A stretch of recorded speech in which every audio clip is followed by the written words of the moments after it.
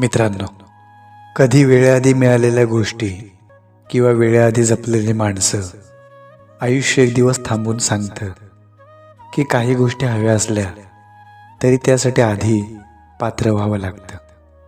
आपण जीव तोडून धावतो प्रेमाच्या मागे, नात्यांच्या मागे, स्वप्नांच्या मागे. पण सत्य काही वेगळं असतं.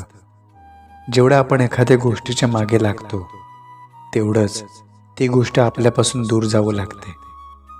माणसं गुदमरतात, नात्यांचं ओझं वाटायला लागतं आणि स्वप्न आपल्या हाती येण्याआधीच दूर जातात.